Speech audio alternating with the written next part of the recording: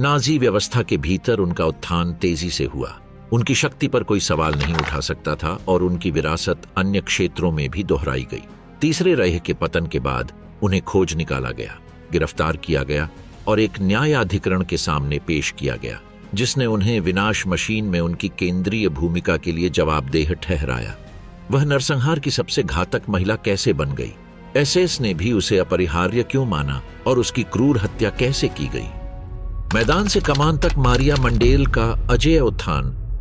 ऊपरी ऑस्ट्रिया के शांत खेतों में, जहां कैथोलिक परंपराओं ने ग्रामीण जीवन के हर पहलू को आकार दिया, 10 जनवरी 1912 को एक बच्ची का जन्म हुआ, जो दशकों बाद नाजी नरसंहार के सबसे भयावह प्रतीकों में से एक बन गई। मारिया मंडेल का जन्म मुंजकिरचेन नामक एक छोटे से शहर में हुआ, जहां उनके पिता फ्रांज एक मोची के रूप में काम करते थे और उनकी मां अन्ना इस क्षेत्र के पारंपरिक घरेलू रीति रिवाजों को बनाए रखती थीं। मारिया के शुरुआती साल घटनाहीन थे। उसने 14 साल की उम्र में स्कूल छोड़ दिया ताकि परिवार के कामों में मदद कर सके। पढ़ने, लिखने और कैथोलिक धर्म शिक्षा की बुनियादी शिक्षा तक ही सीमित रही। 12 मार्च 1938 को एंस्क्लस ने लाखों लोगों की नियति को मौलिक रूप से बदल दिया, जिसमें इस युवा ऑस्ट्रियाई किसान लड़की की भी नियति शामिल थी। नाजी जर्मनी द्वारा ऑस्ट्रिया पर कब्जा करने का मतलब था जर्मन राज्यतंत्र का विस्तार, जिसके साथ विश्वविद्यालय शिक्षा के बिना लेकिन शासन की सेवा करने के लिए तैयार युवा महिलाओं के लिए रोजगार के अवसर आए। बिना किसी स्पष्ट आर्थिक संभावनाओं वाली 26 वर्षीय महिला के लिए दमनकारी संस्थानों का बढ़ता नेटवर्क एक अप्रत्याशित अवसर का प्रतिनिधित्व करता था। मारिया मंडेल ने रीच जेल प्रणाली में काम करने के लिए इच्छुक महिलाओं के आह्वान का जवाब दिया। उनका निर्णय वैचारिक के बजाय व्यावहारिक प्रतीत होता है। वह आर्थिक स्थिरता और एक उच्च सामाजिक स्थिति की तलाश में थी, जो ग्रामीण ऑस्ट्रियाई जीवन प्रदान नहीं कर सकता था। अक्टूबर 1938 में उन्हें नाजी एकाग्रता शिविर प्रणाली में ऑफसेहरिनन के रूप में काम करने वाली पहली 50 महिलाओं में से चुना गया था। उनका पहला गंतव्य लिचटेनबर्ग था, जो सैक्सोनी में एक शिविर था जिसे विशेष रूप से महिलाओं को रखने के लिए अनुकूलित किया गया था।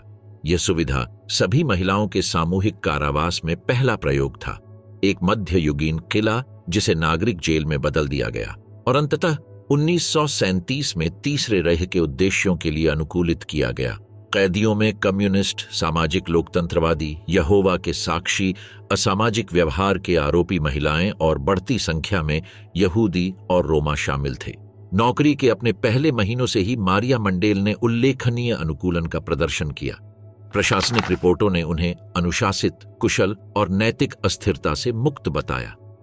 ये विशेषता कोई संयोग नहीं थी। एकाग्रता शिविर प्रणाली ने ठीक इन गुणों को विशेषाधिकार दिया। बिना किसी सवाल के हिंसा को लागू करने की क्षमता, अंध आज्ञाकारिता और कुशल दमन पदोन्नति के लिए मूलभूत मानदंड थे। 1939 में द्वितीय विश्व युद्ध के फैलने के साथ अधिकारियों ने लिचटेनबर्ग को बंद कर दिया और कर्मचारियों और कैदियों को नए रेवेंसब्रुक शिविर में स्थानांतरित कर दिया, जिसे 100,000 से अधिक महिलाओं को रखने के लिए शुरू से ही डिजाइन किया गया था। मारिया मंडेल को एक बैरक ब्लॉक की देखरेख करने के लिए नियुक्त किया गया था, जो जानबूझकर क्रूर परिस्थितियों में सैकड़ों कैदियों की सीधे निगरानी करती थी। 12 से 16 घंटे का दिन, खराब पोषण और नियमित शारीरिक दंड। कैदियों और सहकर्मियों दोनों के बीच एक भयभीत व्यक्ति के रूप में उनकी प्रतिष्ठा बढ़ी। विभिन्न रिपोर्टों ने उन्हें एक अनुकरणीय रक्षक के रूप में वर्णित किया, जिसमें करुणा के लिए कोई कमजोरी नहीं थी और राष्ट्रीय समाजवादी अनुशासन के प्रति उनका रवैया बेदाग था। 1941 में उन्हें ओबेरॉफसेहरिन के पद पर पदोन्नत किया गया, जो शिविर में अन्य सभी ऑफसेहरिन पर अधिकार रखने वाली मुख्य पर्यवेक्षक थीं। ओबेरॉफसेहरिन के रूप में मारिया मंडेल ने अन्य शिविरों में भेजी जाने वाली महिला गार्डों की भावी पीढ़ियों के लिए प्रशिक्षण मानकों को समेकित किया। उनकी कार्य प्रणाली ने भावनात्मक दृढ़ता को एक मौलिक गुण के रूप में महत्व दिया। नए ऑफसेहरिन को शारीरिक हिंसा करने, कैदियों से भावनात्मक दूरी बनाए रखने और बिना किसी सवाल के आदेशों को निष्पादित करने की क्षमता का प्रदर्शन करना आवश्यक था। बाद में अन्य ऑफसेहरिनन की गवाही ने उन्हें एक सख्त प्रशिक्षक के रूप में चित्रित किया, जो चरित्र की एकरूपता को प्राथमिकता देती थी और किसी भी तरह की कमजोरी के प्रदर्शन को दंडित करती थी। 1947 के क्राको परीक्षण के एक दस्तावेज में उन्हें रेवेंसब्रुक में महिला अनुशासन प्रणाली की आधारशिला के रूप में वर्णित किया गया है। जुलाई 1942 में जब एसएस केंद्रीय अधिकारियों ने ऑशविट्ज के लिए अनुशंसित कर्मियों की सूची तैयार की, तो मारिया मंडेल को प्राथमिकता वाले उम्मीदवार के रूप में शामिल किया गया। उनकी फाइल ने उन्हें जटिल प्रशासनिक और नियंत्रण कार्यों के लिए इष्टतम के रूप में वर्गीकृत किया, जो तीसरे रईह में सबसे बड़ा विनाश परिसर बनने जा रहा था। 7 अक्टूबर 1942 को उन्हें महिला अनुभाग की एसएस लेगरफुहरिन के रूप में ऑशविट्ज बिर्केनौ में स्थानांतरित किए जाने की सूचना मिली। यह नियुक्ति उनकी पेशेवर उन्नति की पराकाष्ठा थी और उन्हें हजारों महिला कैदियों पर पूर्ण नियंत्रण की स्थिति में रखा गया। उसके नियंत्रण में ऑशविट्ज, महिला आतंक का पूर्ण प्रभुत्व। जब मारिया मंडेल अक्टूबर 1942 में ऑशविट्ज बिर्केनौ पहुंची, तो यह परिसर पहले से ही औद्योगिक विनाश का केंद्र बन रहा था। महिला क्षेत्र की एसएस लेगरफुहरिन के रूप में उनकी नियुक्ति ने उन्हें परिसर की सभी महिलाओं पर सर्वोच्च अधिकारी बना दिया, जो केवल कमांडेंट रुडोल्फ होस और उनके उत्तराधिकारियों आर्थर लिबेहेंशेल और रिचर्ड बेयर को रिपोर्ट करती थीं। महिला क्षेत्र में निर्वासितों के निरंतर प्रवाह के लिए जल्दबाजी में बैरक बनाए गए थे। जब उन्होंने नियंत्रण संभाला तो उन्होंने लगभग 15,000 महिलाओं की देखरेख की। यह आंकड़ा सबसे अधिक भीड़ के समय 30,000 से अधिक हो जाता था। उनकी शक्ति न केवल कैदियों तक बल्कि पूरे महिला सुरक्षा कर्मचारियों तक भी फैली हुई थी। मारिया मंडेल ने एक पदानुक्रम स्थापित किया जो उनके कार्यालय से लेकर प्रत्येक व्यक्तिगत बैरक तक फैला हुआ था। सीधे उनके आदेश के तहत इर्मा ग्रेस और मार्गो ड्रेचसेल जैसे ओबेरऑफसेहरिन थे, जो कार्यकारी संपर्क के रूप में कार्य करते थे। उनके नीचे साधारण ऑफसेहरिन थे, जो गश्त और दैनिक पर्यवेक्षण के लिए जिम्मेदार थे। अंत में कापोस के रूप में नामित कुछ कैदी अपने साथी कैदियों पर सीधा नियंत्रण रखते थे। यह संरचना नियंत्रित प्रतिनिधिमंडल के माध्यम से संचालित होती थी। मंडेल ने सामान्य दिशा निर्देश विकसित किए, अनुशासनात्मक प्रक्रियाएं स्थापित की और कार्य कोटा की देखरेख की, लेकिन तत्काल अधीनस्थों को निष्पादन सौंप दिया। इस प्रणाली ने उन्हें परिचालन जिम्मेदारियों को वितरित करते हुए पूर्ण नियंत्रण बनाए रखने की अनुमति दी, जिससे एक सटीक रूप से काम करने वाला दमनकारी तंत्र बना। एक महत्वपूर्ण नवाचार महिला जबरन श्रम का संगठन था। ऑशविट्ज ने आईजी फार्बेन, क्रुप और सीमेंस जैसे निगमों के साथ अनुबंध बनाए रखा, जो दास श्रम का शोषण करते थे। मारिया मंडेल ने श्रम असाइनमेंट को व्यवस्थित किया, यह निर्धारित करते हुए कि किस कैदी को सैन्य निर्माण से लेकर युद्ध उत्पादन तक प्रत्येक प्रकार के काम पर भेजा जाएगा। काम करने की परिस्थितियां जानबूझकर बहुत ही कठिन थीं। बिना पर्याप्त सुरक्षा और राशन के 12 से 14 घंटे काम करना, ताकि मजदूरों को जिंदा रहने के लिए मजबूर किया जा सके। मंडेल ने कार्यस्थलों का निरीक्षण किया और उत्पादकता मानकों को पूरा करने में विफल रहने वाले कैदियों के स्थानांतरण का समन्वय किया। उनकी अनुशासनात्मक व्यवस्था में संस्थागत हिंसा को मनोवैज्ञानिक नियंत्रण के साथ जोड़ा गया था। उल्लंघन, काम के दौरान बात करने से लेकर बीमारी के लक्षण दिखाने तक, को कम राशन से लेकर कोठरियों में कैद करने या विनाश के लिए चयन करने तक की कई प्रक्रियाओं के माध्यम से दंडित किया जाता था। अन्य क्षेत्रों के साथ समन्वय के लिए निरंतर संचार की आवश्यकता थी। मारिया मंडेल ने चिकित्सा प्रशासन के साथ पत्राचार बनाए रखा, खासकर प्रयोगों में शामिल डॉक्टरों के साथ। हालांकि वह सीधे तौर पर शामिल नहीं थी, लेकिन उन्होंने इन उद्देश्यों के लिए चुने गए कैदियों तक डॉक्टरों की पहुंच को आसान बनाया। अभिलेखों से उनके प्रशासन की नौकरशाही की बारीकी का पता चलता है। उन्होंने जनसंख्या सांख्यिकी, मृत्यु दर, नौकरी के असाइनमेंट और कर्मियों के मूल्यांकन के साथ साप्ताहिक रिपोर्ट पर हस्ताक्षर किए। ऑशविट्ज बिर्केनौ संग्रहालय के अभिलेखागार में संरक्षित ये दस्तावेज एक ऐसी मशीन को प्रकट करते हैं जो मानव जीवन को उत्पादन की इकाइयों के रूप में मानती थी। उनकी कार्यकुशलता पर किसी का ध्यान नहीं गया। रुडोल्फ होस और अन्य कमांडरों की मूल्यांकन रिपोर्ट में लगातार मारिया मंडेल को सक्षम, अनुशासित और राजनीतिक रूप से विश्वसनीय बताया गया। इन मूल्यांकनों में उनके तकनीकी प्रदर्शन और नैतिक संघर्ष के बिना नरसंहार नीतियों को लागू करने की उनकी क्षमता दोनों को दर्शाया गया। महिला कर्मचारियों पर नियंत्रण विशेष रूप से सख्त था। वह नए ऑफिसरिन के चयन की देखरेख करती थी, प्रशिक्षण का समन्वय करती थी और नियमित रिपोर्टों के माध्यम से प्रदर्शन का मूल्यांकन करती थी। जो गार्ड करुणा दिखाते थे उन्हें अनुशासित या बर्खास्त कर दिया जाता था, जो कठोरता दिखाते थे उन्हें पदोन्नत किया जाता था। रसद संरचना के लिए कई विभागों के साथ समन्वय की आवश्यकता थी। मंडेल ने आपूर्ति, कपड़ों के वितरण, सुविधा रखरखाव और बुनियादी चिकित्सा सेवाओं की देखरेख की। इस जिम्मेदारी ने उन्हें दमनकारी तंत्र और सबसे बड़े नाजी विनाश शिविर के दिन प्रतिदिन के संचालन दोनों में एक केंद्रीय व्यक्ति बना दिया। वह नियमित रूप से वरिष्ठ कर्मचारियों की बैठकों में भाग लेते थे, जिनकी अध्यक्षता कमांडेंट करते थे। इन सत्रों में परिचालन योजना, नीति समीक्षा और बर्लिन अधिकारियों के साथ समन्वय शामिल थे।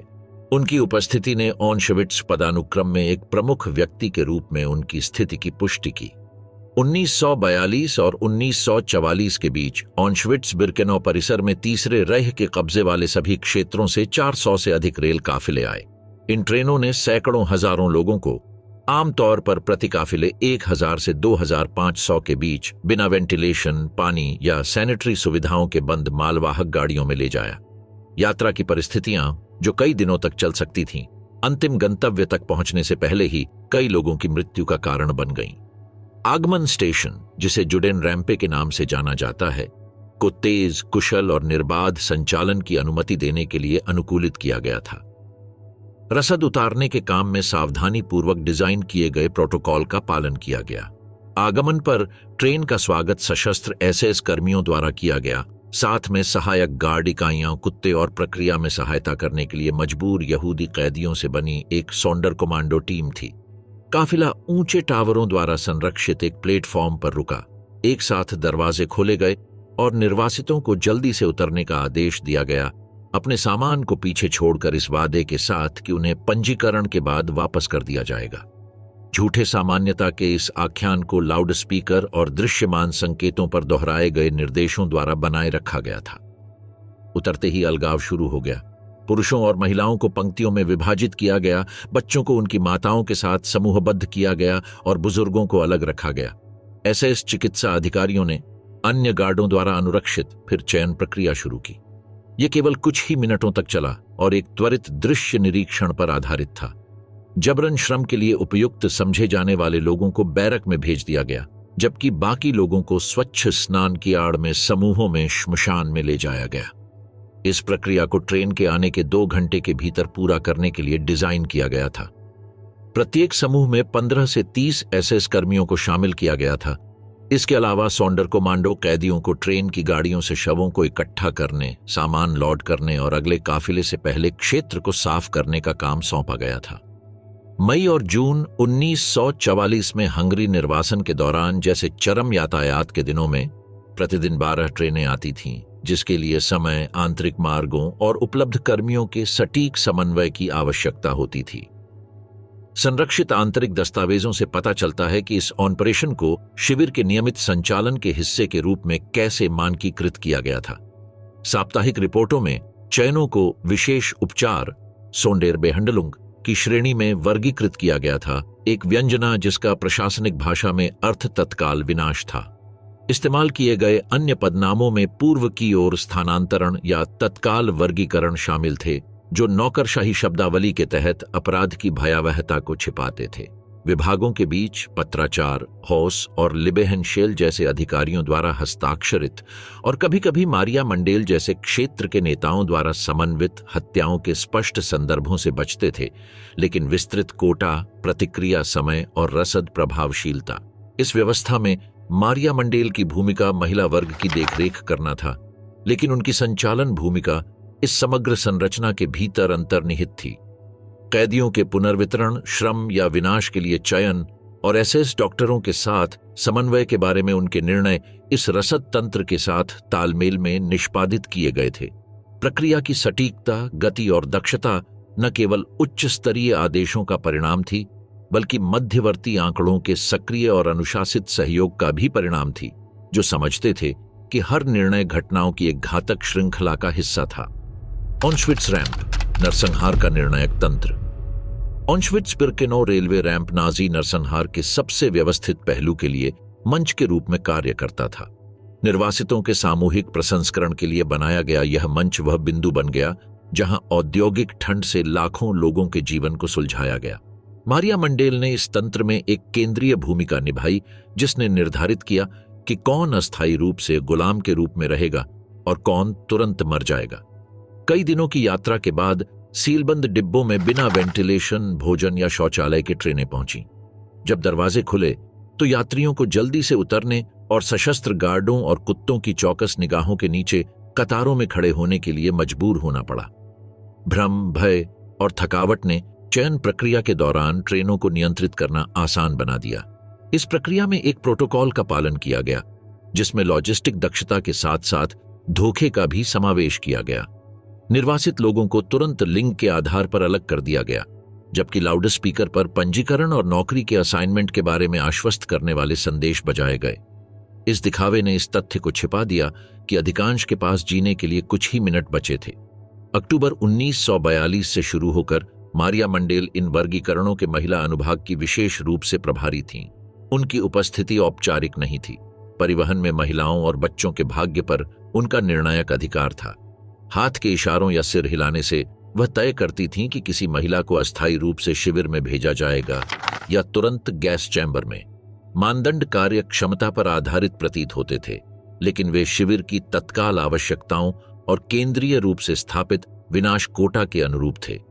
युवा, स्वस्थ महिलाओं को काम के लिए चुने जाने की अधिक संभावना थी, हालांकि यह केवल एक अस्थायी स्थगन का प्रतिनिधित्व करता था। बच्चों वाली माताओं, बुजुर्ग महिलाओं, गर्भवती महिलाओं और कमजोरी के लक्षण दिखाने वाले किसी भी व्यक्ति को व्यवस्थित रूप से गैस चैम्बर की ओर निर्देशित किया जाता था। मारिया मंडेल की भागीदारी कई स्रोतों में दर्ज है। रिकॉर्ड में उनके हस्ताक्षर के साथ परिवहन सूचियां संरक्षित हैं, जिसमें श्रम या विशेष उपचार के लिए नियुक्त निर्वासितों की सूची है, जो तत्काल विनाश के लिए एक व्यंजना है। ये दस्तावेज दिखाते हैं कि उनका अधिकार व्यक्तिगत और प्रत्यक्ष था, प्रत्यायोजित नहीं। मई और जुलाई 1944 के बीच के चरम काल में जब हंगरी से बड़ी संख्या में निर्वासित लोग आए, तो उन्होंने कुछ ही हफ्तों में लगभग 400,000 यहूदियों को चुनने में भाग लिया। रिकॉर्ड बताते हैं कि 75% से ज्यादा लोगों को सीधे गैस चैम्बर में भेजा गया था। इस प्रक्रिया के लिए सटीक समन्वय की आवश्यकता थी। मारिया मंडेल नियमित रूप से जोसेफ मेंजेल जैसे एसएस डॉक्टरों के साथ काम करती थीं, जिनकी प्रयोगों के लिए कुछ कैदियों में विशेष रुचि थी। उन्होंने इर्मा ग्रेस और अन्य अधीनस्थों के साथ भी समन्वय किया, जिन्होंने शारीरिक रूप से अलगाव किया और चयनित कैदियों को उनके गंतव्य तक पहुंचाया। अदालती दस्तावेजों से पता चला है कि उसने न केवल आदेशों का पालन किया, बल्कि स्थापित मापदंडों के भीतर व्यक्तिगत निर्णय भी लिया। कई मामलों में उसने विशिष्ट निर्णयों पर अन्य अधिकारियों से परामर्श किया, लेकिन महिला अनुभाग पर उसका अंतिम अधिकार था। यह स्वायत्तता उसे सैकड़ों हजारों मौतों के लिए व्यक्तिगत रूप से जिम्मेदार बनाती है।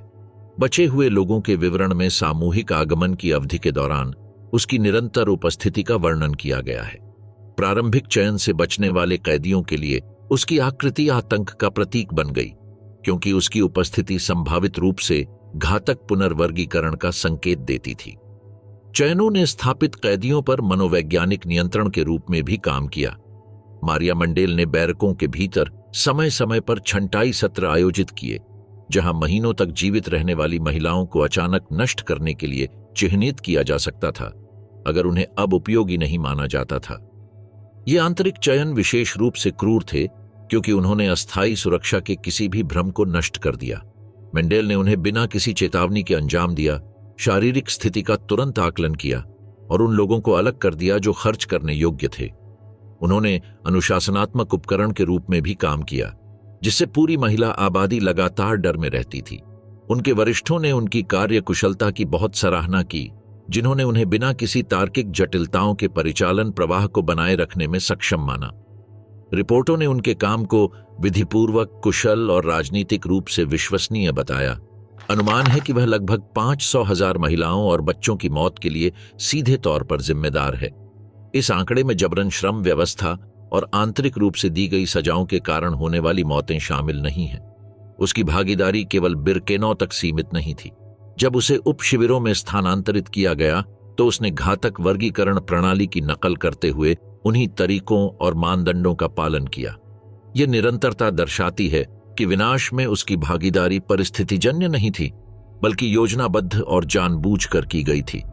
खंड 25 पूर्ण दंड का मौन सार। तत्काल विनाश से परे ऑशविट्ज बिर्केनौ ने गैस चैम्बर से अस्थायी रूप से भागे कैदियों के प्रतिरोध को तोड़ने के लिए दैनिक आतंक की एक सावधानीपूर्वक संगठित प्रणाली संचालित की। मारिया मंडेल ने इस शासन को औद्योगिक परिशुद्धता के साथ संचालित करते हुए इसे पीड़ा के कारखाने में बदलने के बिंदु तक परिपूर्ण किया। उनकी अनुशासनात्मक प्रणाली निरंतर, अप्रत्याशित और अथक आतंक पर आधारित थी। दैनिक जीवन के हर पहलू को नियमों द्वारा नियंत्रित किया जाता था, जिनके उल्लंघन के परिणाम स्वरूप शारीरिक दंड, सार्वजनिक अपमान या मृत्यु होती थी। ये नियम गिनती के दौरान मुद्राओं से लेकर चाल के पैटर्न तक के थे, जिससे ऐसा माहौल बना कि किसी भी हरकत को दंडनीय उल्लंघन माना जा सकता था। शारीरिक दंड में बेंत, लकड़ी की छड़ या सीधे शारीरिक दंड से पिटाई शामिल थी। ये आवेगपूर्ण कार्य नहीं थे, बल्कि मानकीकृत प्रक्रियाएं थीं जो विशिष्ट प्रोटोकॉल का पालन करती थीं। कैदियों को सामूहिक धमकी के रूप में कपड़े उतारने, खंभों से बांधने और अन्य कैदियों की मौजूदगी में पीटने के लिए मजबूर किया जाता था। मारिया मंडेल का एक खास जुनून शारीरिक दिखावट पर नियंत्रण था। उन्होंने हेयर स्टाइल पर सख्त नियम बनाए, व्यक्तिगत गरिमा बनाए रखने के किसी भी प्रयास को प्रतिबंधित किया। महिला कैदियों ने अपने बाल ठीक करने का प्रयास किया। उन्हें सार्वजनिक रूप से पीटा गया, पूरी तरह से मुंडवा दिया गया और शिविर के चारों ओर घूमते समय उनके अपराध की घोषणा करने वाले संकेत ले जाने के लिए मजबूर किया गया। छोटी मोटी गलतियों के लिए ये सजाएं कई उद्देश्यों को पूरा करती थीं। वे अस्तित्व के हर विवरण पर पूर्ण नियंत्रण को मजबूत करती थीं और डरावने शो के रूप में काम करती थीं, जो हर किसी को पहले से ही अधीनता में रखती थीं। स्पष्ट मनमानी निरंतर चिंता पैदा करने की एक सोची समझी रणनीति थी। सबसे भयावह साधन ब्लॉक 25 था, जिसे मृत्यु कक्ष के रूप में नामित किया गया था। यह इमारत उन कैदियों के लिए एक होल्डिंग सेल के रूप में काम करती थी जिन्हें विनाश के लिए चिह्नित किया गया था, लेकिन जिनकी फांसी तुरंत नहीं की गई थी। चयनित महिलाओं को नौकरी वर्गीकरण के लिए अस्वीकार कर दिया गया था या मामूली उल्लंघनों के लिए रिपोर्ट किया गया था। ब्लॉक 25 में परिस्थितियां जानबूझकर अमानवीय थीं। भीड़भाड़, भोजन, पानी, बिस्तर, शौचालय या पर्याप्त वेंटिलेशन नहीं। गैस चैम्बर में स्थानांतरित होने या सीधे मृत्युदंड दिए जाने तक कई दिनों या हफ्तों तक कारावास जारी रहता था। मारिया मंडेल ने ब्लॉक 25 के लिए चयन की व्यक्तिगत रूप से निगरानी की, जो नए आगमन और स्थापित कैदियों दोनों के बीच किया गया। इन चयनों में स्पष्ट रूप से चिकित्सा मानदंडों का पालन किया गया, लेकिन केंद्रीय रूप से स्थापित उन्मूलन कोटा का जवाब दिया गया। कमजोरी, बीमारी या थकावट का कोई भी संकेत असाइनमेंट का परिणाम हो सकता है। कैदियों को अपने भाग्य का पता होने से यह खौफ और भी बढ़ गया। शावर में धोखे से फंसी परिवहन पीड़ितों के विपरीत ब्लॉक 25 की महिलाओं को ठीक से पता था कि उनके लिए क्या इंतजार कर रहा है। यह निश्चितता चरम शारीरिक स्थितियों के साथ मिलकर हताशा पैदा करती है, जो अक्सर पीड़ितों में आत्मक्षति और हिंसा का कारण बनती है। गवाही में भयानक दृश्य वर्णित हैं। प्यास और आतंक से पागल हो चुकी महिलाएं एक दूसरे पर हमला कर रही हैं, अपनी अंगुलियों को हड्डी तक काट रही हैं या निराशा के दौर में अपने बाल नोच रही हैं। मारिया मंडेल इन स्थितियों से परिचित थीं और उन्हें मनोवैज्ञानिक नरम मानती थीं, जिससे अंतिम स्थानांतरण के दौरान उन्हें संभालना आसान हो गया। सबसे विकृत पहलुओं में से एक आतंक के एक घटक के रूप में संगीत का उपयोग था।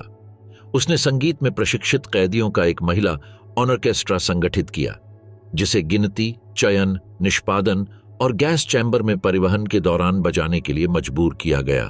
ऑर्केस्ट्रा कोई सांस्कृतिक रियायत नहीं थी, बल्कि एक मनोवैज्ञानिक उपकरण था जिसे कलात्मक सुंदरता और नरसंहार के डर के बीच भावनात्मक असंगति को तीव्र करने के लिए डिजाइन किया गया था।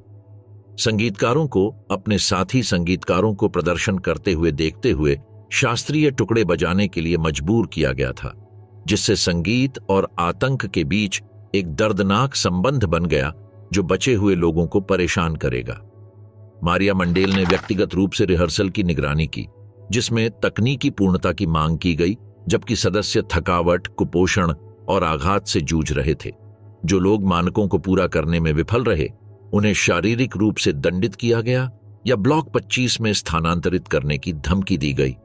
परिवहन आगमन के दौरान ऑर्केस्ट्रा ने सामान्य स्थिति का भ्रम बनाए रखने के लिए खुशनुमा संगीत बजाया, क्योंकि नए आगमन को गैस चैम्बर में ले जाया जा रहा था। इस प्रथा में पीड़ितों और भाग लेने के लिए मजबूर संगीतकारों के लिए मनोवैज्ञानिक यातना के साथ धोखे का मिश्रण था। मेंडेल का नियंत्रण जीवन के हर पहलू पर था। उन्होंने ऐसी निगरानी स्थापित की थी जो हर बैरक, कोने और हर पल तक पहुंचती थी। कैदी इस निश्चिंतता के साथ रहते थे कि उनके किसी भी शब्द, हाव भाव या अभिव्यक्ति की रिपोर्ट की जा सकती थी और उन्हें घातक रूप से दंडित किया जा सकता था। उनके तरीकों में मनोवैज्ञानिक परिष्कार शामिल थे जो मानव प्रतिरोध को तोड़ने के तरीके की गणना की गई समझ को प्रदर्शित करते थे। एक था मानव पालतू जानवर का उपयोग। कैदियों को अस्थायी रूप से अतिरिक्त भोजन या कठिन श्रम से छूट जैसे छोटे विशेषाधिकारों के लिए चुना जाता था। जब वे रुचि खो देते थे तो उन्हें मृत्युदंड दिए जाने से पहले मनमानी के उदाहरण के रूप में इस्तेमाल किया जाता था। दंड का निर्धारण सावधानीपूर्वक निर्धारित पैमाने पर किया जाता था। मामूली उल्लंघन के परिणाम स्वरूप राशन में कटौती, अतिरिक्त श्रम या रात भर कारावास होता था। मध्यम अपराधों के लिए सार्वजनिक पिटाई, बिना हवादार कोठरियों में कारावास या श्मशान की सफाई जैसे खतरनाक काम सौंपे जाते थे। गंभीर उल्लंघन के लिए सीधे ब्लॉक 25 में भेजा जाता था। इस क्रम ने कैदियों को लगातार अपने जोखिमों की गणना करने के लिए प्रेरित किया, जिससे एक उत्तरजीवितावादी मानसिकता का निर्माण हुआ, जिसने प्रशासनिक नियंत्रण को सुविधाजनक बनाया। महिलाओं ने नियमों को आत्मसात कर लिया और खुद को नियंत्रित किया, जिससे प्रत्यक्ष निगरानी की आवश्यकता कम हो गई। निरंतर आतंक के माहौल ने जीवित बचे रहने को जीवित मृत्यु में बदल दिया। जो कैदी तत्काल चयन से बचते थे, वे खुद को मानवता, गरिमा और लचीलेपन को नष्ट करने के लिए डिजाइन की गई व्यवस्था में फंसते हुए पाते थे, जो हर दिन यातना के एक नए रूप में बदल जाता था। उसके नियंत्रण में काम करने वाला महिला ऑर्केस्ट्रा कोई तात्कालिक समूह नहीं था।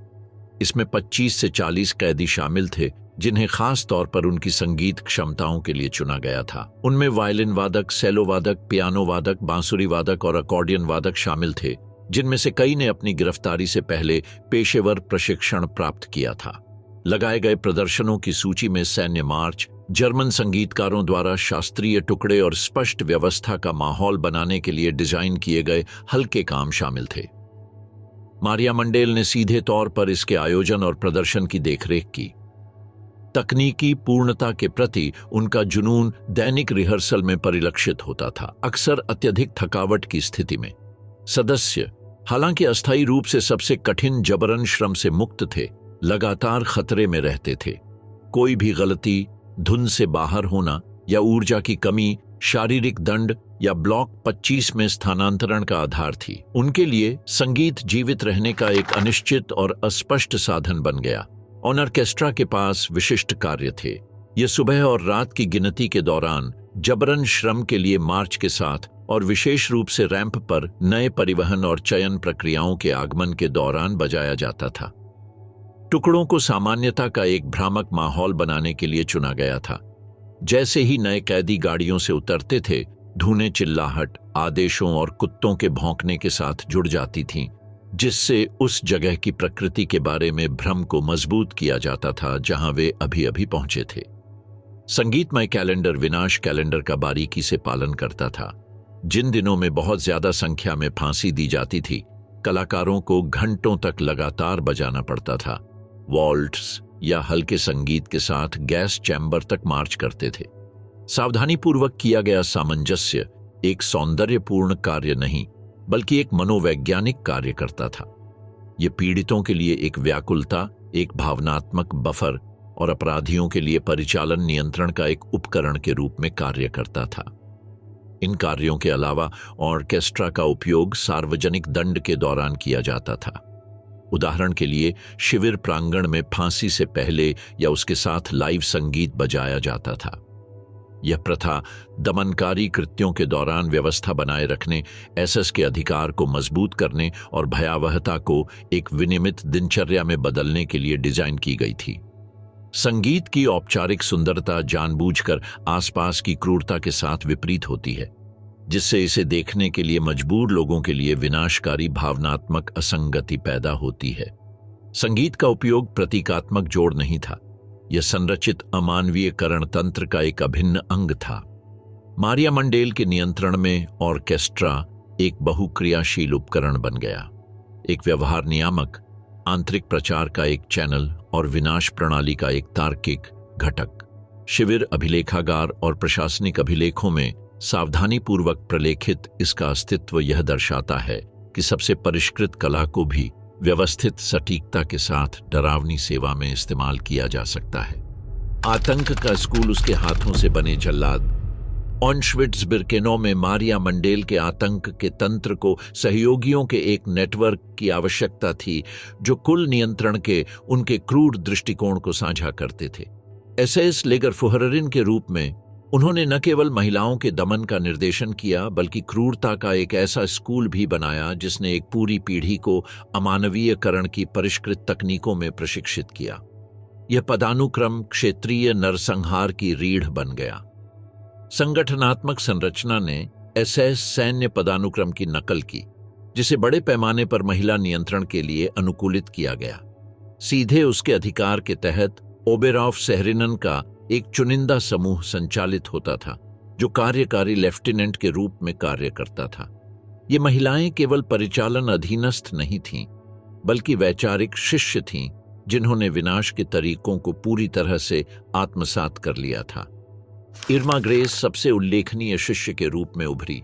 वह 19 साल की उम्र में रेवेंसब्रुक में अनुभव के साथ ऑश्विट्ज़ पहुंची थी, लेकिन यह मैंडेल के प्रत्यक्ष संरक्षण में था कि उसने ऐसे कौशल विकसित किए जो उसे नाजी प्रणाली के सबसे खतरनाक रक्षकों में से एक बना देंगे। साधारण ऑफ-सेहरिन से लेकर हजारों हंगेरियन कैदियों के लिए जिम्मेदार ओबेरॉफ-सेहरिन तक की उसकी तेज रफ्तार ने प्रशिक्षण प्रणाली की प्रभावशीलता को प्रदर्शित किया। मारिया मंडेल ने ग्रीस में नरसंहार नेतृत्व के लिए आवश्यक गुणों को पहचाना।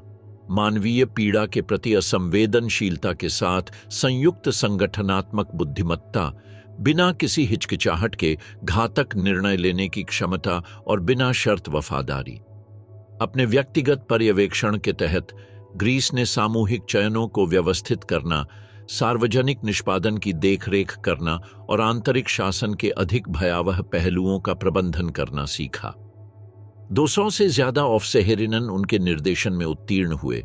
उन्हें एक ऐसे पैटर्न के अनुसार चुना और प्रशिक्षित किया गया जिसमें पूर्ण आज्ञाकारिता, भावनात्मक उदासीनता और व्यवस्थित रूप से शारीरिक दंड देने की इच्छा को प्राथमिकता दी गई। सभी जिम्मेदारी के उच्च स्तर तक नहीं पहुंच पाए, लेकिन जो पहुंचे उन्होंने क्रूरता से कुशल महिलाओं का एक नेटवर्क बनाया जिन्होंने एकाग्रता शिविर प्रणाली में विभिन्न बिंदुओं पर अपने प्रशिक्षक के तरीकों को दोहराया। हर्टा एहलर्ट उनमें से एक थीं। 1939 में सेवा में शामिल होने के बाद उन्होंने ऑश्विट्ज़ में स्थानांतरित होने से पहले रेवेंसब्रुक में सेवा की थी, जहां उन्होंने मैंडेल के प्रत्यक्ष आदेश के तहत काम किया। हालांकि उन्होंने शुरू में आंतरिक गश्ती कर्तव्यों का पालन किया, लेकिन अनुशासन लागू करने की उनकी क्षमता ने उन्हें संगठनात्मक कर्तव्यों को संभालने के लिए प्रेरित किया। बाद में उन्हें बर्गन-बेल्सन भेजा गया, जहां मैंडेल के शासन के तहत सीखी गई तकनीकों को बिना किसी संशोधन के लागू किया गया। उसके बाद के परीक्षण में व्यवहार के दोहराए गए पैटर्न का दस्तावेजीकरण किया गया। व्यवस्थित क्रूरता, नैतिक प्रतिबिंब की कमी और नरसंहार मानदंडों का सख्त पालन। जोहाना बोरमैन उस श्रृंखला में एक और कड़ी का प्रतिनिधित्व करती है। वह 1942 में ऑश्विट्ज़ पहुंची और जल्दी ही मैंडेल की विश्वसनीय टीम में शामिल हो गई। उसकी भूमिका बैरक प्रशासन और अनुकरणीय दंड के निष्पादन पर केंद्रित थी। एसएस लेगरफुहररिन की कमान के तहत प्रशिक्षित अन्य ऑफ-सेहरिन की तरह उसे अन्य शिविरों में स्थानांतरित कर दिया गया था, जैसे कि माजदानेक और रेवेंसब्रुक, मूल रूप से ऑश्विट्ज़ बिर्केनौ में डिजाइन किए गए नियंत्रण मॉडल की नकल करने के लिए। उसकी यात्रा एक व्यवस्थित प्रतिकृति रणनीति के अस्तित्व को प्रदर्शित करती है, जिसके माध्यम से केंद्रीय शिविर में प्राप्त अनुभव को दमनकारी प्रणाली के परिधीय क्षेत्रों में निर्यात किया गया था। लुइस डेंज ने 1943 में ऑफ-सेहरिन के रूप में अपनी सेवा शुरू की और जल्द ही ऑश्विट्ज़ में कैदियों के पूरे ब्लॉक की निगरानी करने लगी। उनकी पदोन्नति आंतरिक चयन के लिए उनकी योग्यता और शारीरिक आतंक के माध्यम से व्यवस्था बनाए रखने में उनकी दक्षता के कारण हुई थी। बाद में उन्हें प्लाजो और अंत में थेरेसियनस्टेड भेजा गया, जिससे उनका करियर मजबूत हुआ और यह एक यात्राशील महिला अभिजात वर्ग के अस्तित्व को दर्शाता है, जिसे मैंडेल द्वारा स्थापित सैद्धांतिक कोर द्वारा आकार दिया गया था। ये रोटेशन यादृच्छिक नहीं थे।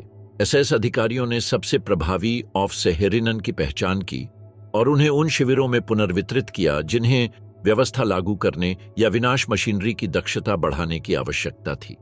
मारिया मंडेल ने नए कमांड के साथ संपर्क बनाए रखा, नामों की सिफारिश की और तबादलों को मंजूरी दी। इस अभ्यास ने महिला गार्डों की एक टुकड़ी को समेकित किया जो औपचारिक रूप से पुरुष संरचनाओं के अधीन होने के बावजूद दमनकारी तरीकों के आवेदन में परिचालन और सैद्धांतिक स्वायत्तता के साथ काम करती थी। इस प्रकार महिला अनुशासनात्मक तंत्र एक अंतरक्षेत्रीय इकाई बन गया, जिसे ऑशविट्ज ने आकार दिया, लेकिन नाजी शिविर प्रणाली में इसका विस्तार हुआ। मेंडेल द्वारा लगाए गए ढांचे से गुजरने वाली महिला गार्ड मॉडल की गुणक बन गईं। अडिग अनुशासनवादी, मेहनती प्रवर्तक, सावधानीपूर्वक आतंक के प्रबंधक, जिनकी प्रभावशीलता व्यक्तिगत आवेगों पर नहीं बल्कि सिद्धांत के रूप में प्रसारित और परिपूर्ण मानदंडों पर निर्भर करती थी। मार्गोट ड्रेचसेल ने एक और विशेषाधिकार प्राप्त रोल मॉडल का प्रतिनिधित्व किया। मैंडेल की व्यक्तिगत सिफारिश पर लिचटेनबर्ग से स्थानांतरित होकर उन्होंने रैंप संचालन में विशेषज्ञता हासिल की, बड़ी मात्रा में निर्वासितों के प्रसंस्करण में उल्लेखनीय दक्षता विकसित की। 1944 के सामूहिक चयन के दौरान उनके सहयोग ने सेक्टर कमांडर और विश्वसनीय अधीनस्थों के बीच सटीक समन्वय का प्रदर्शन किया। चयन और प्रशिक्षण प्रक्रिया में विशिष्ट मानदंडों का पालन किया गया, जिसमें तकनीकी प्रशिक्षण की तुलना में हिंसा के लिए मनोवैज्ञानिक योग्यता को प्राथमिकता दी गई। मैंडेल ने एक आदर्श गार्ड प्रोफाइल विकसित की थी। मजबूत पारिवारिक संबंधों के बिना युवा महिलाएं, आज्ञाकारिता का इतिहास, भावनात्मक विभाजन की क्षमता और संस्थागत हिंसा के साथ नैतिक संघर्ष की कमी। उम्मीदवारों का मूल्यांकन किया गया, जिसमें शारीरिक दंड स्वीकार करने की उनकी तत्परता, अत्यधिक हिंसा के प्रति उनकी प्रतिक्रिया और कैदियों से भावनात्मक दूरी बनाए रखने की उनकी क्षमता के व्यावहारिक परीक्षण शामिल थे। जिन लोगों ने करुणा, झिझक या आंतरिक संघर्ष दिखाया, उन्हें तुरंत बाहर कर दिया गया। एक बार चुने जाने के बाद उन्हें मारिया मंडेल द्वारा स्थापित प्रोटोकॉल का पालन करते हुए अनुभवी ऑबेर ऑफ सेहरिन की देखरेख में प्रशिक्षण दिया गया। प्रशिक्षण में कथित नस्लीयहीनता, धमकी और दंड तकनीक, चयन प्रक्रिया और सामूहिक अभियानों के दौरान व्यवस्था बनाए रखने के तरीकों पर वैचारिक निर्देश शामिल थे। ये प्रशिक्षण तकनीकी पहलुओं तक ही सीमित नहीं था, बल्कि इसमें सामान्य मानवीय सहानुभूति को खत्म करने के लिए मनोवैज्ञानिक परिवर्तन भी शामिल था। नए गार्डों को धीरे धीरे हिंसा के बढ़ते स्तरों से अवगत कराया गया, जिसकी शुरुआत मामूली सजा से हुई और सामूहिक निष्पादन और चयन में भागीदारी तक हुई। इस प्रक्रिया ने सुनिश्चित किया कि केवल सबसे मनोवैज्ञानिक रूप से फिट लोगों को ही वास्तविक जिम्मेदारियां दी जाएंगी। एलिजाबेथ वोल्केनराथ ने रचनात्मक सफलता का उदाहरण प्रस्तुत किया। मैंडेल की सिफारिश पर रेवेंसब्रुक से स्थानांतरित होकर उन्होंने आंतरिक बैरक प्रशासन में विशेषज्ञता हासिल की, मनोवैज्ञानिक नियंत्रण के परिष्कृत तरीके विकसित किए, लक्षित हिंसा और भावनात्मक हेरफेर का उपयोग करके हजारों भूखे कैदियों के बीच व्यवस्था बनाए रखने की उनकी क्षमता ने उन्हें उम्मीदवारों के लिए एक आदर्श बना दिया। पदोन्नति प्राकृतिक चयन के रूप में कार्य करती है, जो अधिक कुशल क्रूरता को पुरस्कृत करती है। मारिया मंडेल नियमित रूप से प्रदर्शन का मूल्यांकन करती थी, न केवल व्यवस्था और अनुशासन में बल्कि विनाश के उद्देश्यों में योगदान में प्रभावशीलता को मापती थी। पदोन्नति उन लोगों को दी जाती थी जिन्होंने आतंक के तरीकों, चयन में दक्षता और व्यक्तिगत निष्ठा में सबसे बड़ा नवाचार प्रदर्शित किया था। डोरोथिया बिंज ने शारीरिक दंड में विशेषज्ञता हासिल की, जिसने उन्हें एक विशेष रूप से भयभीत व्यक्ति बना दिया। उसने यातना तकनीक में महारत हासिल कर ली थी, जो तत्काल मृत्यु से बचते हुए पीड़ा को अधिकतम करती थी और डराने वाले प्रभाव को तीव्र करने के लिए पीड़ा को लंबा खींचती थी। दंड डिजाइन करने में उनकी रचनात्मकता ने उन्हें सामूहिक मनोवैज्ञानिक नियंत्रण के लिए एक उपकरण के रूप में मूल्यवान बना दिया। सामूहिक विनाश अभियानों के दौरान मारिया मंडेल और उनके अधीनस्थों के बीच समन्वय ने इस पदानुक्रम द्वारा प्राप्त संगठनात्मक दक्षता के स्तरों को प्रदर्शित किया। 1944 के हंगेरियन परिवहन के दौरान जब प्रतिदिन कई ट्रेनें आती थीं, तो टीम ने सामान्य संचालन में महत्वपूर्ण रुकावटों के बिना भारी मात्रा में प्रसंस्करण किया। जिम्मेदारियों को विशेषज्ञता के अनुसार विभाजित किया गया था। ग्रीस ने अस्थायी श्रम के लिए युवा महिलाओं के चयन की देखरेख की। ड्रेचेल ने गैस चैम्बरों में आंदोलन का समन्वय किया। वोल्केनराथ ने चरम अवधि के दौरान बैरकों में व्यवस्था बनाए रखी और बिंज ने निवारक अनुकरणीय दंड लागू किए। इस विभाजन ने तंत्र को सटीकता के साथ काम करने की अनुमति दी। मारिया मंडेल के प्रति वफादारी न केवल सैन्य अनुशासन पर आधारित थी, बल्कि पुरस्कारों पर भी आधारित थी, जिसमें भौतिक विशेषाधिकार, पेशेवर मान्यता और कुल शक्ति का प्रयोग करने की मनोवैज्ञानिक संतुष्टि शामिल थी। मंडेल ने ऐसा माहौल बनाया था जहां क्रूरता को महत्व दिया जाता था और पुरस्कृत किया जाता था, जहां विनाशकारी दक्षता पदोन्नति और प्रतिष्ठा में तब्दील हो जाती थी। विकसित किए गए तरीकों को बाद में दोहराया गया, जब कुछ को बर्गेन बेल्सन और माजदानेक जैसी सुविधाओं में स्थानांतरित किया गया। संगठनात्मक मॉडल तीसरे रईह द्वारा नियंत्रित पूरे क्षेत्र में महिलाओं के नरसंहार को संचालित करने के लिए प्रोटोटाइप बन गया। दस्तावेजों से पता चलता है कि ये अत्याचार व्यक्तिगत कार्य नहीं थे, बल्कि एक समन्वित प्रणाली के घटक थे, जिसके लिए मारिया मंडेल को अंततः जिम्मेदारी मिली। गवाही में मंडेल को लगातार एक केंद्रीय व्यक्ति के रूप में पहचाना जाता है, जिसने अधीनस्थ कार्रवाइयों को अधिकृत, पर्यवेक्षण और पुरस्कृत किया, जिससे हिंसा के प्रत्येक कृत्य के लिए उसके कार्यालय से जिम्मेदारी की एक श्रृंखला स्थापित हुई। क्राको परीक्षण, मारिया मंडेल का कानूनी पतन। 1945 की वसंत ऋतु में तीसरे रईह का पतन हुआ और उसके विनाश तंत्र को नष्ट कर दिया गया। मारिया मंडेल सहित हजारों होलोकॉस्ट अपराधियों के लिए परिणामों का सामना करने का समय आ गया था। हालांकि न्याय का मार्ग लंबा और जटिल होगा, जो कई अधिकार क्षेत्रों में फैला होगा, क्योंकि यूरोप मानव इतिहास के सबसे विनाशकारी युद्ध की अराजकता से उभर रहा था। जनवरी 1945 में लाल सेना की अजेय बढ़त का सामना करते हुए नाजी अधिकारियों ने ऑनशविट्स बिर्केनौ को जबरन खाली करना शुरू कर दिया। हजारों कैदी दूसरे शिविरों में मौत के जुलूस पर निकल पड़े, जबकि एसएस कर्मियों ने सबूत नष्ट कर दिए और सुविधाओं को छोड़ दिया। मारिया मंडेल ने डचाऊ परिसर से जुड़े मुल्हॉर्फ उपशिविर में स्थानांतरित होने से पहले इन अराजक दिनों में भाग लिया। मुल्दोर्फ ने एकाग्रता शिविर प्रणाली का एक छोटा संस्करण प्रस्तुत किया, जहां कंकाल कैदी हथियार उत्पादन के लिए भूमिगत कारखानों में काम करते थे। मारिया मंडेल ने अपना प्रशासनिक पद बरकरार रखा, ऑनशविट्स में सिद्ध तरीकों का उपयोग करके महिलाओं के अनुभाग की देखरेख की। जर्मनी की सैन्य गिरावट ने यह स्पष्ट कर दिया कि रीच अपने अपरिहार्य अंत के करीब पहुंच रहा था। मई 1945 में जब अमेरिकी सेना बवेरिया के करीब पहुंच रही थी, तो उसने अपना पद छोड़ दिया और हताश होकर अपने मूल ऑस्ट्रिया भाग गया। उसकी योजना, जिसे हजारों नाजी अपराधियों ने साझा किया था, नागरिक आबादी में गायब हो जाना, एक झूठी पहचान अपनाना और उम्मीद करना था कि युद्ध के बाद की अराजकता उसे न्याय से बचने का मौका देगी। रीच के सैन्य पतन के बाद भी जिम्मेदार लोगों की तलाश जारी रही। 1945 की गर्मियों की शुरुआत में संयुक्त राज्य अमेरिका की सेना की विशेष इकाइयों ने एकाग्रता शिविर प्रणाली के वरिष्ठ अधिकारियों का पता लगाने और उन्हें पकड़ने के लिए एक व्यवस्थित अभियान शुरू किया। काउंटर इंटेलिजेंस कॉर्प्स (CIC), आंतरिक खतरों और नाजी भगोड़ों की पहचान करने के लिए जिम्मेदार शाखा ने पूरे अमेरिकी कब्जे वाले क्षेत्र में ट्रैकिंग तंत्र को सक्रिय कर दिया। CIC एजेंट सूचना के अतिव्यापी नेटवर्क के माध्यम से काम करते थे। उन्होंने परित्यक्त शिविरों में प्राप्त फोटोग्राफिक अभिलेखागार, मुक्त इकाइयों द्वारा संकलित कर्मियों की सूची और फील्ड अस्पतालों में पूछताछ किए गए बचे लोगों की गवाही का इस्तेमाल किया। प्रत्येक प्रासंगिक नाम की तुलना शारीरिक विवरण, हस्तलिखित हस्ताक्षर और झांत अंतिम गंतव्यों से की गई। मित्र राष्ट्रों की मशीनरी न केवल शासन के सबसे अधिक दिखाई देने वाले व्यक्तियों की तलाश कर रही थी, बल्कि उन लोगों की भी तलाश कर रही थी जिन्होंने विनाश की द्वितीयक संरचनाओं को कुशलतापूर्वक निर्देशित किया था। मारिया मंडेल पहले सप्ताह से ही अभिलेखों में दिखाई दी। पोलिश, चेकोस्लोवाकियाई और हंगेरियन बचे लोगों द्वारा दिए गए शपथ पत्रों में उनका नाम बार बार आया, जो सभी इस बात पर सहमत थे कि वह ऑशविट्ज बिर्केनौ के महिला क्षेत्र में सर्वोच्च अधिकारी थीं। शिविर के प्रशासनिक अभिलेखागार में पाए गए कई दस्तावेजों में उनके हस्ताक्षर थे, जिनमें परिवहन सूचियां, अनुशासनात्मक रिपोर्ट और कार्य असाइनमेंट रिपोर्ट शामिल हैं। इस साक्ष्य ने उनकी गवाही की कठोरता के साथ मिलकर उन्हें प्राथमिकता वाले लक्ष्य के रूप में उभारा।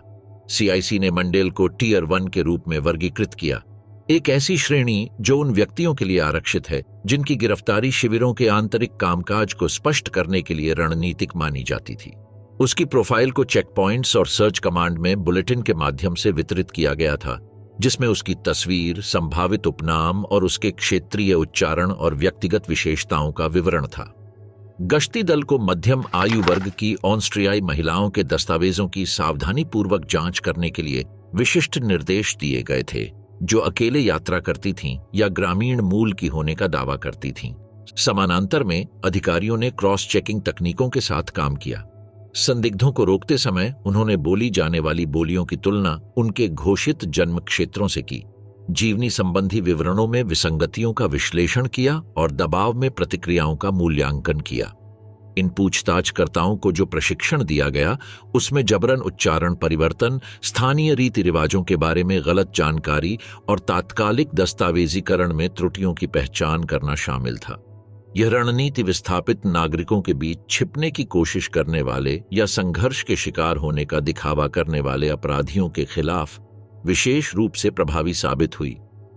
सीआईसी की रिपोर्ट में विस्तार से बताया गया है कि कई मामलों में गिरफ्तारियां बड़े पैमाने पर की गई योजनाबद्ध कार्रवाई का नतीजा नहीं थीं, बल्कि यादृच्छिक जांचों का नतीजा थीं, जिनसे स्पष्ट विरोधाभास सामने आए। युद्ध के बाद की अराजकता के इस माहौल में, जहां हजारों लोग प्रतिदिन तबाह क्षेत्रों के बीच आते जाते थे, गश्ती दल ने स्वायत्त रूप से काम करते हुए किसी भी ऐसे व्यक्ति को हिरासत में लिया और उससे पूछताछ की जिसकी कहानी में खामियां थीं। लगातार निगरानी और खुफिया टीमों द्वारा संभाली गई सूचनाओं की विशाल मात्रा का मतलब था कि उसके खिलाफ किसी विशेष वारंट के बिना भी मारिया मंडेल की पहचान जल्दी ही सामने आ गई, क्योंकि उसका गलत नाम और जवाब जांच के दायरे में आ गए। जाल इतना कड़ा नहीं था क्योंकि वह सार्वजनिक रूप से बदनाम थी, बल्कि इसलिए क्योंकि भयावहता के प्रशासन में उसकी भूमिका को जिस सटीकता से दर्ज किया गया था। उन्होंने शुरू में मुंजकिरचेन में शरण ली, जहां वे वर्षों तक यातना शिविर में सेवा करने के कारण टूटे पारिवारिक संबंधों को फिर से जोड़ने का प्रयास कर रहे थे। एक महिला की उपस्थिति जिसने बिना किसी ठोस कारण के वर्षों तक घर से बाहर रहकर अनचाहा ध्यान आकर्षित किया। उन्हें जल्द ही एहसास हो गया कि उनके गृहनगर में आवश्यक गुमनामी की सुविधा नहीं थी। इसके बाद वह जर्मन ऑस्ट्रियाई सीमा पर पासाउ के पास पहाड़ी क्षेत्र में चली गई, जहां वह विस्थापित खेत मजदूर के रूप में मारिया मुलर के झूठे नाम से रहने की कोशिश कर रही थी। कई महीनों तक वह छिपकर रहने में कामयाब रही, दूर दराज के खेतों में काम करती रही और अधिकारियों या कब्जा करने वाली सेनाओं के संपर्क से बचती रही। हालांकि मित्र देशों की खुफिया नेटवर्क को युद्ध अपराधियों का पता लगाने के लिए पहले ही जुटाया जा चुका था। अमेरिकी काउंटर इंटेलिजेंस कोर ने एकाग्रता शिविर प्रणाली में प्रमुख व्यक्तियों के नाम, तस्वीरें और विवरण संकलित करना शुरू कर दिया था। मारिया मंडेल का नाम उच्च प्राथमिकता वाली सूचियों में दिखाई दिया, जिसे ऑशविट्ज में विनाश प्रशासन में एक प्रमुख व्यक्ति के रूप में पहचाना गया। यह जानकारी कई स्रोतों से आई। मित्र देशों की जांच टीमों द्वारा साक्षात्कार किए गए बचे हुए लोग, परित्यक्त सुविधाओं में जब्त किए गए दस्तावेज और हिरासत में लिए गए एसएस कर्मियों के बयान। उनका नाम बार बार उन गवाहियों में आया जिनमें चयनों और क्षेत्रीय आतंक के शासन में उनकी केंद्रीय भूमिका का वर्णन किया गया था। 10 अगस्त 1945 को एक अमेरिकी गश्ती दल ने बवेरिया के मार्कट्रेडविट्स के पास मारिया मंडेल को हिरासत में लिया। उसकी गिरफ्तारी किसी विशेष अभियान का परिणाम नहीं थी, बल्कि दस्तावेजों की एक नियमित जांच थी, जिससे उसके व्यक्तिगत इतिहास में विसंगतियां सामने आईं। जब पूछताछकर्ताओं ने इन विरोधाभासों की तुलना वांछित अपराधियों के बारे में जानकारी से की, तो उसकी असली पहचान उजागर हो गई। अमेरिकी सेना द्वारा संचालित एक हिरासत केंद्र में की गई प्रारंभिक पूछताछ में मारिया मंडेल के जटिल व्यक्तित्व का पता चला। खुफिया रिपोर्टों ने उसे बुद्धिमान, स्पष्टवादी और शिक्षित बताया, जो ऑशविट्ज से उभरने वाली क्रूर छवि के बिल्कुल विपरीत था। इस विरोधाभास ने होलोकॉस्ट अपराधियों की प्रकृति के बारे में पूछताछ करने वालों की अपेक्षाओं को चुनौती दी। इन शुरुआती पूछताछ के दौरान उसने आंशिक स्वीकारोक्ति की रणनीति अपनाई और व्यक्तिगत जिम्मेदारी को कम से कम करने की रणनीति अपनाई। उसने ऑशविट्ज में एक पर्यवेक्षक के रूप में काम करने की बात स्वीकार की, लेकिन अत्याचारों में सीधे तौर पर शामिल होने से इनकार किया। उसने खुद को प्रशासनिक कर्तव्यों तक सीमित रखने और पुरुष वरिष्ठों के आदेशों का पालन करने का दावा किया। युद्ध अपराधों के आरोपी लोगों के बीच बचाव की यह रणनीति एक आम पैटर्न बन गई। हालांकि एकत्रित दस्तावेजी और साक्ष्य इन दावों का खंडन करते हैं। उनके हस्ताक्षर वाली परिवहन सूचियां, चयन रिकॉर्ड जहां उनका नाम दिखाई दिया, और बचे हुए लोगों की विस्तृत गवाही ने सामूहिक विनाश में उनकी प्रत्यक्ष और स्वैच्छिक भागीदारी के लिए एक ठोस मामला बनाया। पूछताछकर्ताओं ने इस सबूत का सामना किया जिससे उनके संस्करण में विरोधाभास सामने आया। युद्ध के बाद के न्याय के क्षेत्राधिकारों के ओवरलैप होने के कारण उसके न्यायिक भाग्य के बारे में निर्णय जटिल था। जबकि अमेरिकी सेना ने उसे जर्मन धरती पर पकड़ा था, उसके प्राथमिक अपराध पोलिश क्षेत्र में हुए थे, एक शिविर में जो जर्मन अधिकारियों द्वारा कई राष्ट्रीयताओं के पीड़ितों के खिलाफ संचालित किया जाता था। मित्र देशों की न्यायिक प्रणालियों के बीच समन्वय के लिए क्षेत्राधिकार पर जटिल बातचीत की आवश्यकता थी। अंत में नवंबर 1947 में अमेरिकी हिरासत में 2 साल से अधिक समय बिताने के बाद उसे क्राको में सुप्रीम नेशनल ट्रिब्यूनल के समक्ष मुकदमे का सामना करने के लिए पोलैंड प्रत्यर्पित किया गया। इस निर्णय ने मान्यता दी कि पोलैंड वह क्षेत्र है जहां अपराध हुए थे और वह देश जिसने ऑशविट्ज में अधिक नुकसान झेला था, न्याय प्रशासन के लिए अधिक उपयुक्त क्षेत्राधिकार रखता था। इस स्थानांतरण ने मुकदमे के अंतिम चरण की शुरुआत को चिह्नित किया। मारिया मंडेल को क्राको में मोंटेलुपिच जेल में कैद किया गया था, एक ऐसी सुविधा जो नाजी कब्जे के दौरान गेस्टापो हिरासत और यातना केंद्र के रूप में काम करती थी। इस स्थान की विडंबना उसे समझ में आ गई। वही जेल जिसमें नाजी आतंक के पीड़ितों को रखा गया था, अब उसके अपराधियों में से एक को बंदी बना लिया गया था। यह मुकदमा दिसंबर 1947 में ऑशविट्ज परिसर के लिए जिम्मेदार 40 लोगों के बड़े मुकदमे के हिस्से के रूप में शुरू हुआ था। पोलिश अदालत को न केवल व्यक्तिगत अपराधों का न्याय करने का काम सौंपा गया था, बल्कि यह भी तय करना था कि पोलिश क्षेत्र में विनाश तंत्र कैसे काम करता था। इसका एक व्यापक ऐतिहासिक रिकॉर्ड भी स्थापित करना था। मारिया मंडेल के खिलाफ लगाए गए आरोपों में युद्ध अपराध और मानवता के खिलाफ अपराध शामिल थे। नूर्नबर्ग में स्थापित कानूनी श्रेणियां और अब घरेलू अदालतों में लागू होती हैं।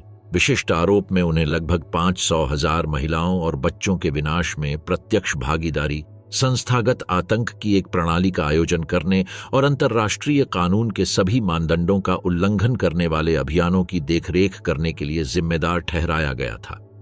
साक्ष्य प्रस्तुत करने में कई सप्ताह लग गए, जिसके दौरान न्यायाधिकरण ने 60 से अधिक जीवित बचे लोगों की गवाही सुनी, जो ऑशविट्ज में उसके प्रत्यक्ष अधिकार के अधीन थे। ये गवाही, जो अक्सर आघात और भावनाओं से भरी होती थी, महिलाओं के अनुभाग में इस्तेमाल किए जाने वाले आतंक के तरीकों का विस्तृत चित्रण करती थी।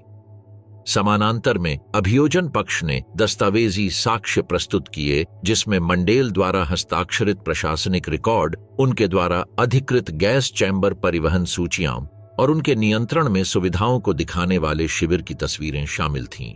व्यक्तिगत गवाही और दस्तावेजी साक्ष्य के इस संयोजन ने एक ऐसा मामला बनाया जिसे बचाव पक्ष ने पुख्ता तौर पर खारिज करना असंभव पाया। कार्यवाही के दौरान मारिया मंडेल ने नियंत्रित शांत व्यवहार बनाए रखा, जो उनके खिलाफ गवाही की भावनात्मक सामग्री के विपरीत था। उन्होंने अदालत के सवालों का सीधे लेकिन टालमटोल से जवाब दिया, अपनी प्रशासनिक भूमिका के बुनियादी पहलुओं को स्वीकार किया, जबकि गवाहों द्वारा वर्णित विशिष्ट अत्याचारों के लिए व्यक्तिगत जिम्मेदारी से इनकार किया। उनके जवाबों से एक मानसिकता का पता चला जिसने नरसंहार में उनकी भागीदारी को पूरी तरह से तर्कसंगत बना दिया था। उन्होंने जोर देकर कहा कि उन्होंने स्थापित नियमों के अनुसार प्रशासनिक कर्तव्यों का पालन किया था, उन नियमों की आपराधिक प्रकृति या उनके कार्यान्वयन में उनकी स्वैच्छिक भागीदारी को स्वीकार किए बिना। इस रवैये ने अदालत की धारणा को मजबूत किया कि उनके पास वास्तविक पश्चाताप की कमी है। 22 दिसंबर 1947 को पोलैंड के सुप्रीम नेशनल कोर्ट ने मारिया मंडेल को सभी आरोपों में दोषी पाया। सजा सर्वसम्मति से दी गई, फांसी की सजा, जिसे जनवरी 1948 में अंजाम दिया जाना था। निर्णय में माना गया कि उसकी भागीदारी स्वैच्छिक, योजनाबद्ध और ऑशविट्ज में मौत के तंत्र के संचालन के लिए केंद्रीय थी। इस फैसले ने नरसंहार प्रणालियों के भीतर व्यक्तिगत जिम्मेदारी के लिए एक महत्वपूर्ण मिसाल कायम की।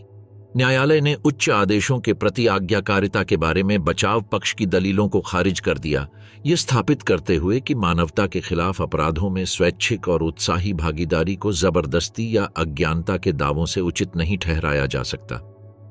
24 जनवरी 1948 की सुबह मारिया मंडेल को फांसी के लिए मोंटेलुपिच जेल के प्रांगण में ले जाया गया। यह प्रक्रिया न्यायिक अधिकारियों, पोलिश सरकार के प्रतिनिधियों और अंतर्राष्ट्रीय पर्यवेक्षकों की मौजूदगी में स्थापित कानूनी प्रोटोकॉल के अनुसार हुई।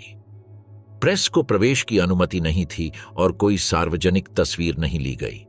सुबह 6:15 बजे फांसी की सजा पूरी हुई, जिससे एक महिला का जीवन समाप्त हो गया, जो सैकड़ों हजारों निर्दोष लोगों की हत्या के लिए जिम्मेदार थी। उसके शव को जेल के कब्रिस्तान में एक अज्ञात कब्र में दफनाया गया, जहां यह मूक गवाही के रूप में बना हुआ है कि न्याय, भले ही देर से ही सही, आखिरकार होलोकॉस्ट के सबसे कुख्यात अपराधियों में से एक तक पहुंच गया है। मारिया मंडेल की मौत ने होलोकॉस्ट अपराधों के लिए न्याय की मांग की लंबी प्रक्रिया में एक विशिष्ट अध्याय को बंद कर दिया, लेकिन इसने नरसंहार प्रणालियों के भीतर मानवीय बुराई और व्यक्तिगत जिम्मेदारी की प्रकृति के बारे में स्थायी प्रश्न भी उठाए। उनके मामले ने प्रदर्शित किया कि नाजी विनाश केवल हिंसा की पुरुष विचारधारा पर निर्भर नहीं था, बल्कि इसमें अन्य मनुष्यों के विनाश में सक्रिय रूप से भाग लेने के लिए इच्छुक महिलाओं को भी शामिल किया गया था।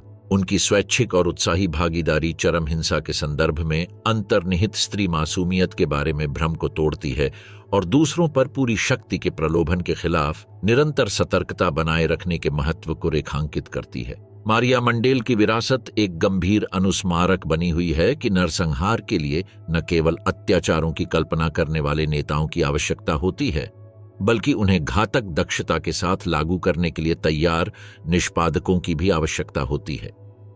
उसके मामले में दिए गए न्याय ने बाद के अंतर्राष्ट्रीय कानून के लिए महत्वपूर्ण मिसाल कायम की, यह प्रदर्शित करते हुए कि मानवता के खिलाफ अपराधों में शामिल होने का कोई भी स्तर, लिंग या पदानुक्रमिक स्थिति की परवाह किए बिना कानूनी जवाबदेही से बच नहीं सकता।